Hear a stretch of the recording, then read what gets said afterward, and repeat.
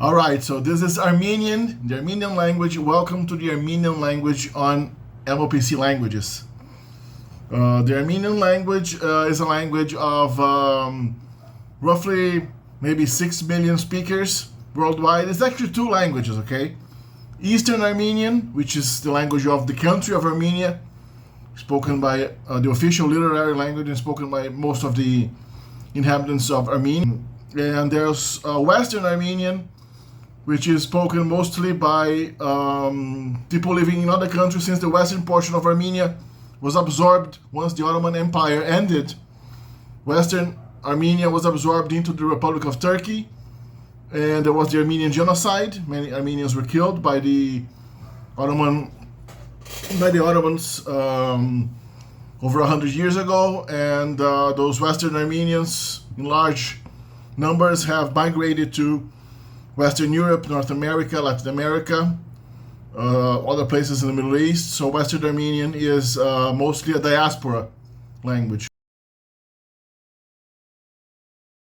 Armenia itself is one of the most famous and oldest civilizations occupying the region of the Caucasus, which is this mountain range stretching from the Black Sea all the way to the Caspian Sea, north of the Middle East, making the border, the transition between what we call the Middle East and southern Russia.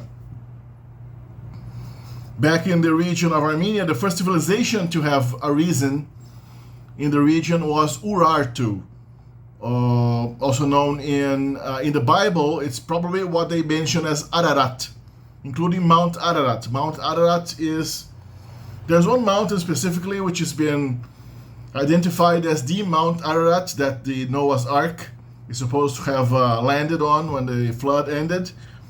But probably the Bible referred to Mount Ararat as some broad mountains in the region of the Caucasus, because the Caucasus, of course, from the perspective of Middle Eastern Bible authors, was the region of tall mountains, the only tall mountains, the only big mountain ranges that existed, that limited pretty much the northern edge of the known world to them back when the Bible, as we know, reached its final form sometime around the year 500 before Christ. The region of Urartu had its own language, but it's thought that the Armenian language was already spoken there. The Armenian ethnic minority was already present in the kingdom of Urartu. Armenian is an Indo-European language. It is one of the branches of the Indo-European language. Until the mid-19th century, many linguists thought that Armenian actually belonged to the Iranian branch of Indo-European.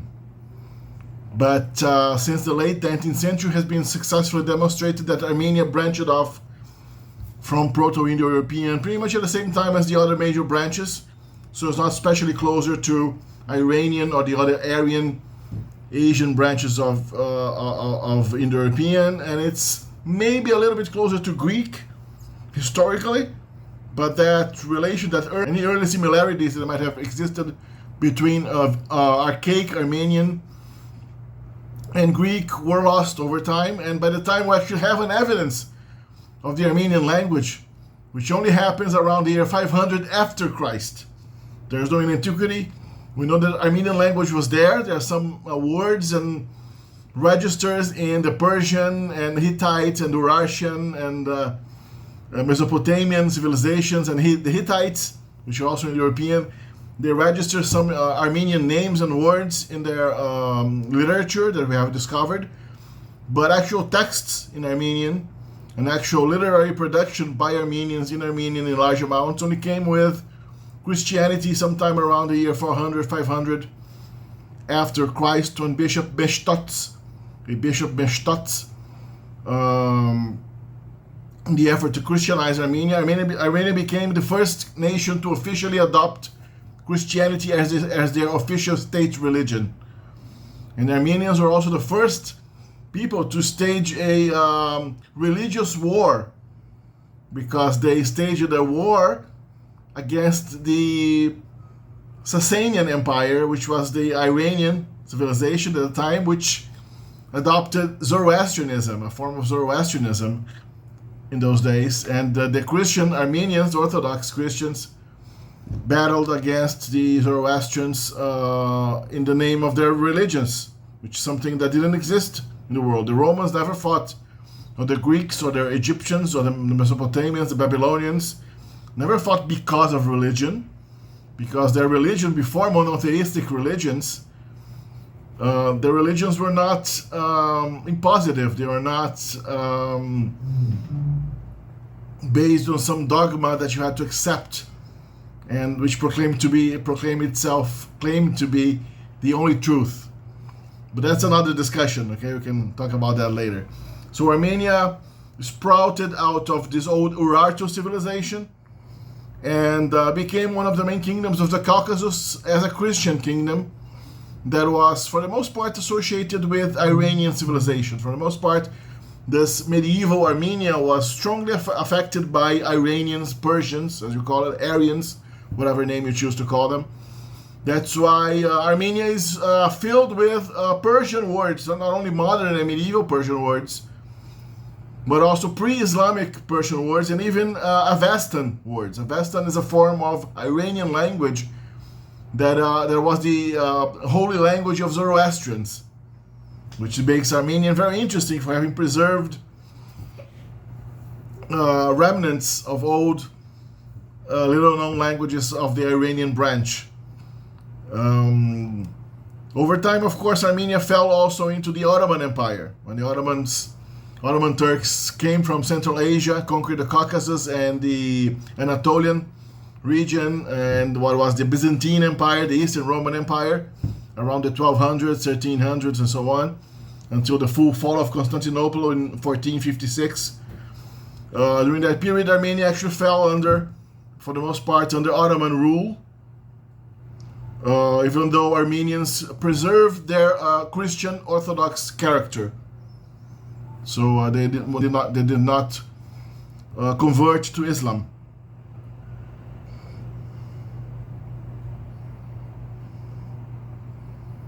As you can see here, the western portion of Armenia, which is shown in yellow in the map, is now part of the Republic of Turkey. This western Armenia, which included Lake Van all the way to middle Anatolia, where the Armenian language was spoken, the western variety of Armenian was spoken. After the First World War, when the Ottoman Empire was dismantled, those Armenians mostly were persecuted. They suffered the Armenian genocide. 1 million Armenians were killed by Ottoman troops during the time, and those Armenians actually fled to the world. And what is now Armenia is this little region marked by number 1 in green in the map, on the map. That is one of the varieties of Eastern Armenian that came to be the literary form of Armenian known in the 20th century as Armenia fell under the domain of Russia. Of course, as we know, during Soviet times, Armenia became part of Russia. Even before that, Armenia was part of the Russian Empire already in the Tsar's days.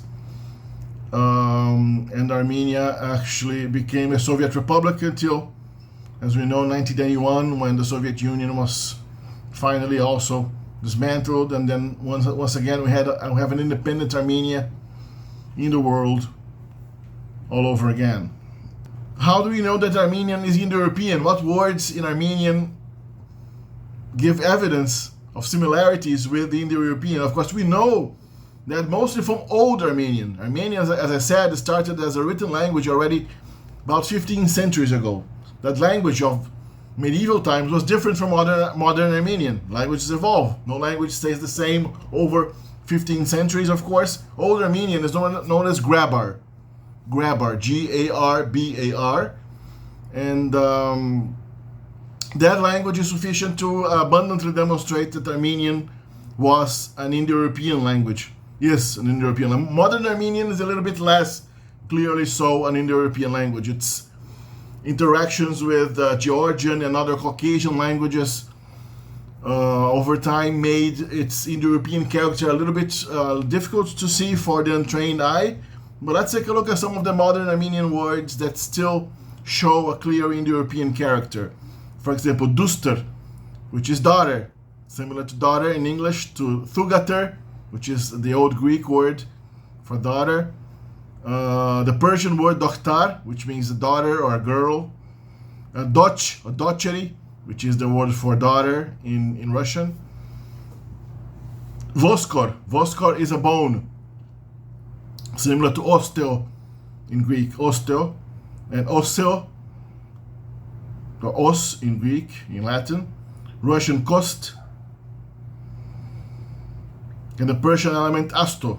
You find it in astokhan, which is bone in modern Persian. Kin is a woman. It's related to Greek gune, which is woman that we have in gynecologist, or žena, which is a word for a wife in Russian. Originally, it was a word for woman in Russian. In Croatian and Serbian, we still have žena. Žena is the word for a woman in these languages. The word queen in English is also related. Queen. Queen was actually a more generic word in the past for females. And also the word Jani in Aryan languages of India, in Sanskrit. Jani means a woman. There was, as I said, also an abundant layer of Persian, Iranian loanwords, not only from standard Central Persian, but also from other Iranian, Aryan, Western Aryan languages.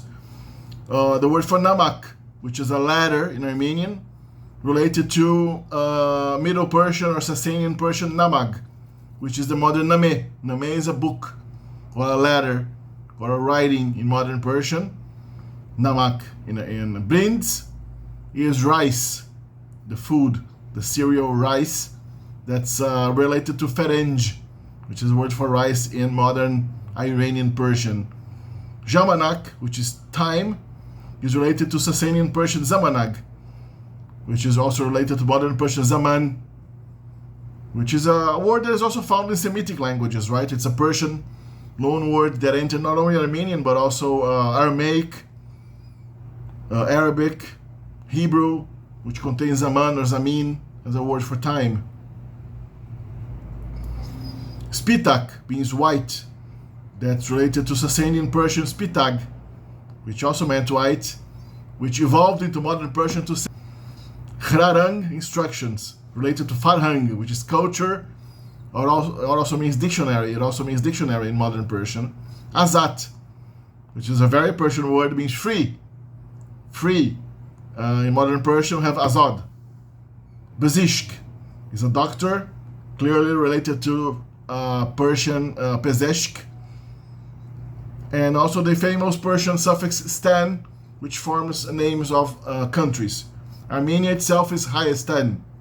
Hayastan. Hay is Armenian. Hayeren is the Armenian language. Hayastan is the Armenian country. Here there's a big table of Armenian personal pronouns written in Armenian script and in transliteration. There's a transliterated forms of the pronouns, so you who don't know the Armenian alphabet can read it. The Armenian alphabet is unique to Armenian and was developed by, as I said earlier, Bishop Mashtots in the transition between antiquity and medieval times. And it's considered one of the cultural treasures of Armenia because it's unique to them. It is inspired probably by it's inspired by Greek alphabets and by perhaps Arabic scripts, Syriac script, but the shape of its letters is for the most part unique to Armenian, and it follows pretty much the European standard alphabetical principle. Each letter is separated. There's no ligatures between letters, unlike Arabic or Syriac, where the letters have a different form depending on what letter is following it or preceding it, or if it's final or initial or medial. The letters have one standard form. There's a capital form and a small form, minuscule form, and there are separate letters for vowels and consonants. So both vowels and consonants are perfectly indicated with very little discrepancy relative to pronunciation. Modern Armenian, of course, was only adopted as a literary language in the 1800s, when Armenia became a semi-independent protectorate fought between the Ottomans and the Russians.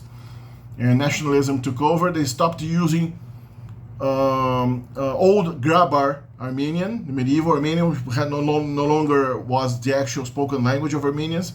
They stopped using this archaic language and started using the actual, a literary language more actually widely based on the actual spoken languages of Western and Eastern Armenians. And therefore, the pronunciation still matches the alphabet, the spelling system pretty much very well. As you can see, there are, even though here this table contains nominative, accusative, genitive, and dative, the nominative case and the accusative case, for the most part, in Armenian, except for pronouns, are the same. So there's no difference between the nominative and the accusative. There's the subject of the verb and the object of the verb, which is the reason why nominatives and accusative cases exist. Typically, these nouns don't change in these roles. So the Armenian declension has stopped distinguishing, for the most part, with a few exceptions, words between nominative and accusative.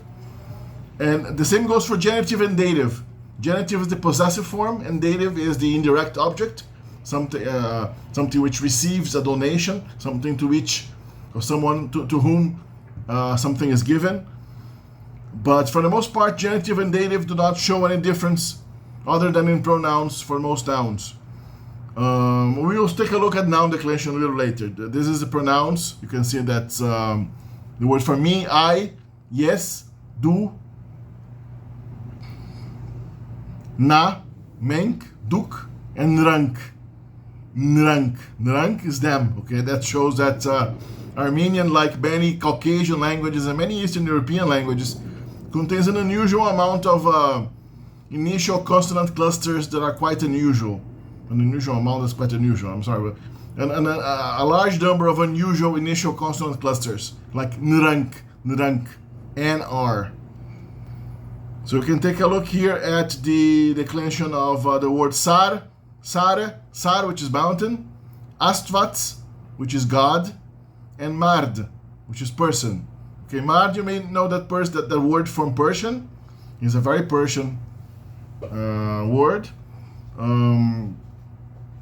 You see that in this table, I only put the cases that are actually different from each other, such as nominative, which is the same as accusative. Dative is the same as genitive. And then there's the instrumental, indicating the instrument of the action, like I open the door with the key by means of, or ablative, which indicates the origin of the motion from, in the case like from. Sarov, from the mountain. Astsov, from God. Mardov, from a man, from a person. And locative, of course, means the location in which you are. Not all cases have not all nouns have a locative, because you're not like located in a person. I mean, some other postpositions can be used for those purposes. Here we see a declension of in Eastern Armenian of the whole noun phrase. I like to decline noun phrases because they show actually used words in context. This big house in the singular, Ais met tuna, and in the plural, Ais met tnere. Tnere. Tuna is house and tnere is houses. So you can say, you can see that the basic case, accusative nominative, is followed by Ais met stan, and dative Ais met stane, ablative Ais met tnit, instrumental Ais met snov, and locative Ais met stana. That will be followed by a preposition there. So you can see that only the noun is declined. Even though I put the adjective there and the demonstrative this, the adjective big, those words do not change at all. Even in the plural, there is no plural form. Ice is this or these, and also metz meaning big doesn't change. So showing here that there's no distinction between nominative and accusative. You say the book is reading the student is reading a book. You say that there is no case marking for book. There's no distinction. The student is reading a book. Ashakerta kardume ais Girke. What exists in Armenian is the definite article suffixed as a. This in the end of words is a definite article. While the indefinite article, if there is one, they use mi, which is one, like a certain. So astakert is ashakert is a student or student. Ashakerte is the student. Kardum is reading. E is. In Armenian, the verbs are usually conjugated only in a progressive form, like there's a gerund and an auxiliary verb, and there is no actual simple present for the most part. There's always a progressive composite form, even for the present. Ais Girke, this book. But if the noun represents a living being, like a person or an animal, in order to distinguish the subject of the verb, which is the maker, the doer of the action, and the object of the verb, which represents the sufferer, the undergoer of the action, you use the dative form for the sufferer of the action. So a word like mard goes to mardu in the dative form to represent the fact that it's the object, it's the one that's undergoing the act of killing. I killed a man. Yes, it means I. Spanetsi means killed. The present form in this case is not a composite form. It's panetsi is a simple form of the aorist, the perfect of the verb. Mi is one, a, like a man. Mi mardu. I killed one man. You use, well, not like Spanish, for example. Spanish would say mate a un hombre. You use the preposition a, which otherwise is a marker of dative, indirect object, something to which you give, someone to which you give something. Because otherwise, Armenian, with the fusion of nominative and accusative, there would be no way of marking who suffered the action and who practiced the action, which is especially important if you're talking about living beings. Okay, because houses don't kill people, but people kill people. So who's killing who? Put the victim of the action in the dative, and the doer of the action you preserve it keep it in the nominative basic form. Ashote tesav aramin. Another case, Ashot saw Aram. Ashot and Aram are personal names, personal male names, and tesav is the past of the verb to see. Ashote, you can put a definite article on personal names as well. Ashota, in this case, aramin, when you decline the noun, usually the definite article goes away. Aramin arami would be the actual dative. Aramin is the dative definite. Ashote tesav aramin. Ashot saw Aram. If it were the opposite, I would say Arame teshav ashotin. There's also a fusion between dative and genitive. So the student's book, or the book of the student, is the book to the student. You put the possessive in the genitive, in the dative form, because there's no separate genitive. Genitive and dative are the same. So ashakerti girka nor-e. Ashakerti to the student book, to the student the book is new. New is means the student's book is new. Here's a bit of verbal conjugation in Eastern Armenian. As I said, the present form typically has a gerund form, like hosum is reading, and hosum m is reading am. So I am reading. Hosum a, you are reading. Hosum e, he is reading. Hosum enk, we are reading. Hosum ek, you plural are reading. Hosum en, they are reading. To put in the past, just like in English, you put the auxiliary verb in the past and preserve the gerund as is. Hosum e, I was reading. Hosum eir, you are reading. Hosum er, he was reading. Hosum enk, we are reading, and so on. A present perfect, which means I have read. This is done in the present. Hosel em. So you put a past participle there. Hosel instead of hosum. Hostel M, it is read. It has been read. I have read. Hostel A is I had read. A past perfect. The aorist is one of the few forms that is not formed by an auxiliary verb. It's still conjugated with the persons, which was the form Old Armenian had. Old Armenian had each of the persons for every verb. Modern Armenian, much like modern Basque, typically only has participles and auxiliaries. Only the aorist reflects an older Armenian conjugation.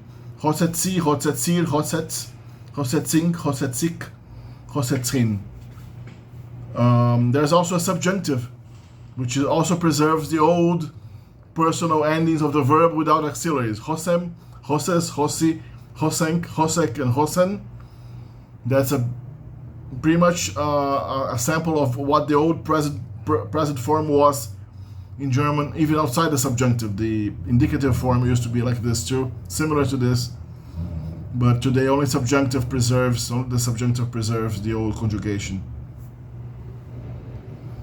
In Old Armenian, you can see here the verb bere, berel, which is to bear, this very old Indo-European verb. In Old Grabar Armenian, this was berem, beres, bere, berem, berek, and beren. The verb kardal, which meant to write, kardam, kardas, kardai, kardamk, kardal was the old present form conjugation of verbs in classical Armenian. In Western Armenian, however, they don't use this form,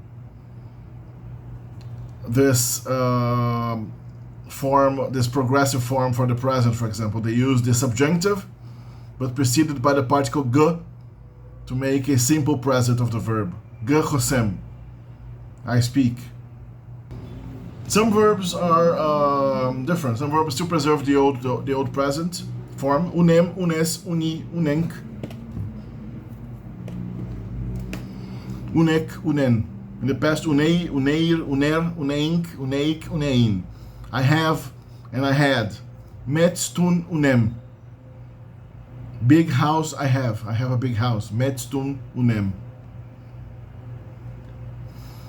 Verbal negation is made with tre. For example, I speak Armenian. Yes, hosum em ayeren. Yes, hosum em hayeren. I speak Armenian. I don't speak Armenian is es hayeren chem hosum. In this case, the che particle attracts the auxiliary verb to itself, and then the auxiliary is placed before the gerund. So hosum em becomes em hosum, and then you put the che, chem hosum. Hosum em is I speak. Chem hosum is I don't speak, I'm not speaking. There is also a passive form made by the suffix v. Kardel is a verb to read in modern Armenian, and kardvel is to be read. For example, let's go back to the verb to speak. Hosum e, he speaks. Hayeren hosvum e, kov kasum. Hosvum e, Armenian is spoken, passive form. Gnel is the verb to go. Gnum em is I go. Gnum es is you go. Gnam, that you go. That's the subjunctive. Gnas, that you go. A subjunctive form. Na uzum e or vrastan gnas. Na is he. Uzum e is the present of the verb uzel, which is to want. He wants. Or is that. Vrastan is Georgia, the country of Georgia, neighbor to Armenia. And gnas is a subjunctive of the verb to go, because it's a relative clause. You use the subjunctive there. He wants you to go. He wants that you to Georgia go. Ana uzum e or vrastan gnas. The question words in Armenian are inch or incher. There's a plural. Inch is what, and incher is what things, like which ones. Of is who, and of care is who of these people, like Spanish quienes, quien and quienes. Ortel is where. Ur is to where, whither. Ortelitz is whence. From where? Where from? Erb is when. Inchpes is how. Inchu is why. Kani is how much. And Orkan is how many. Inch ein khosum im masim. What are they talking about me? Inch ein khosum im masim. Im masim is about me. Okay, ein is what they are. Ein khosum. You see that the question word also attracts the auxiliary.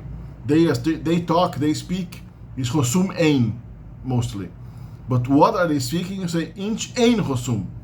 So there are certain particles like the negative particle and the question particle which tend to attract the verb, the auxiliary verb. So you put it before the main verb, unlike what usually happens in the language. The word of, which is who, has declension. Of is a nominative, the dative is the ablative is umits, and the instrumental is of. So, for example, of etesnum aramin. Who saw Aram? Who saw? Actually, who's seeing? Etes of etes is who is seeing? Who sees Aram? Who sees Aram? Of etesnum Aram. But who is Anna seeing?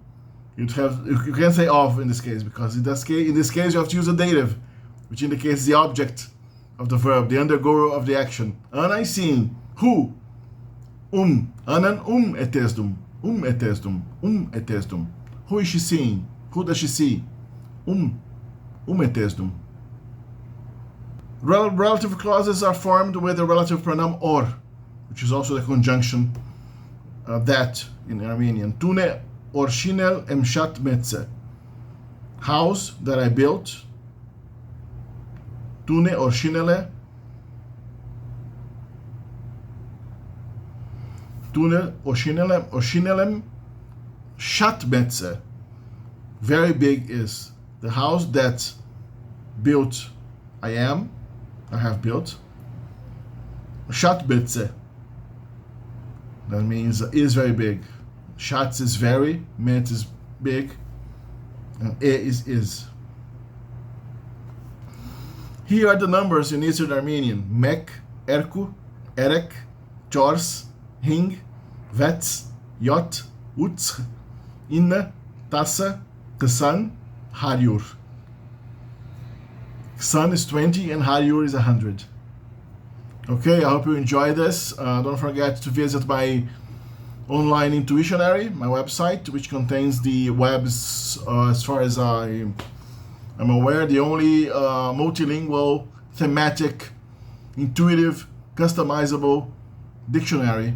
You can enter the dictionary and can choose which languages appear. You can learn the vocabulary of many languages in parallel to each other by themes. So you choose like parts of the body, professions, animals, flowers, fruits, abstract concepts, political concepts, all arranged by themes and also by derivational roots. Words like high, heightness, to elevate, to lift, to lower, what's low, lowness, bright, brightness, to brighten, hard, hardship, difficulty, hardness, to harden, all of those word connections that exist in vocabularies. If you are a language learner, you know them quite well. They are fully explored in my online dictionary. So take a look at my online intuitionary at theintuitionary, everything together.com. And you can contact me to learn languages online via online video conference with me, and it's my mentoring system. You can use my mentoring system. I can be your private tutor, your private teacher. I can teach you actually multiple languages in one single package of learning. You're going to have an online page with content. I'm going to create exercises for you to practice your languages on, and you're going to be able to access, of course, my knowledge of not only a specific language, but linguistics in general as well. Leave your comment below suggestions for future videos. Of course, don't forget to subscribe and turn on the notification. This channel doesn't have that many videos, but when a video comes out, you're probably gonna wanna be notified of it because it's gonna be well researched. It takes me weeks sometimes to put on one of these videos. So make sure to subscribe and activate the notifications bell under the video, and read the description of the video. There's a lot of information, extra information about my effort to describe and understand the world languages.